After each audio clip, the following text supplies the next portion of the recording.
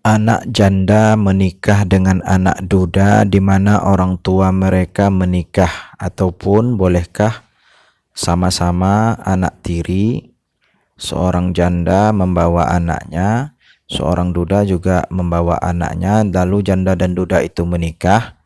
Setelah itu nanti setelah besar anaknya pula yang menikah, anak tiri maksudnya, ya. Jawabannya, untuk menetapkan apakah seorang laki-laki dihalalkan menikah dengan seorang wanita, caranya cukup mudah, yaitu dengan melihat pada daftar mahram atau wanita yang haram dinikahi.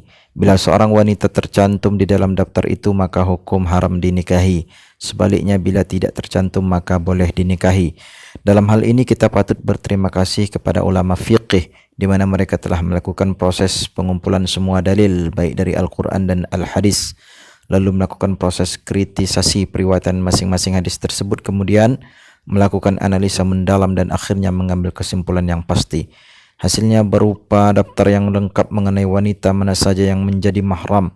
Berikut ini adalah daftar itu sebagaimana yang tersebar di dalam kitab fikih. 1. Mahram karena nasab atau keturunan, yaitu ibu kandung dan seterusnya ke atas seperti nenek, ibunya nenek, anak wanita dan seterusnya ke bawah seperti anak perempuannya anak perempuan.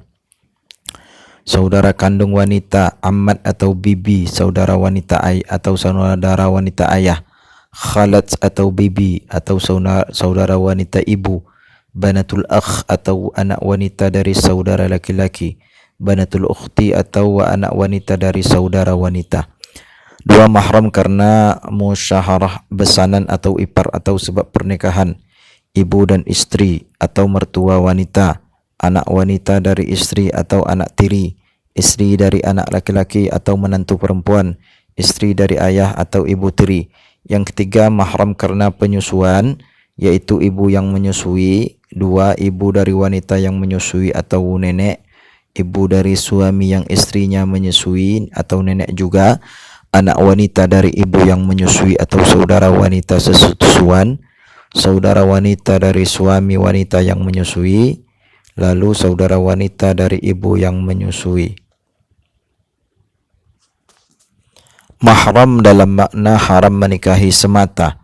Selain itu, ada keadaan wanita tertentu yang menjadi haram dengan sendirinya untuk dinikahi, bukan disebabkan adanya hubungan seseorang dengannya, melainkan disebabkan oleh keadaan wanita itu sendiri secara individu. Keharaman ini bersifat muakkad atau sementara. Di antaranya, istri orang lain tidak boleh dinikahi tapi juga tidak boleh melihat auratnya. 2. Saudara ipar atau saudara wanita dari istri tidak boleh dinikahi tapi juga tidak boleh khalwat atau melihat sebagian auratnya. Hal yang sama juga berlaku bagi bibi dan istri. 3. Wanita yang masih dalam masa iddah, yaitu masa menunggu akibat dicerai suaminya atau ditinggal mati.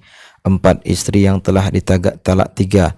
5. Menikah dalam keadaan ihram. Seseorang yang sedang dalam keadaan berihram, baik untuk haji atau umrah, dilarang menikah atau menikahkan orang lain. 6. Menikahi wanita budak padahal mampu menikahi wanita merdeka.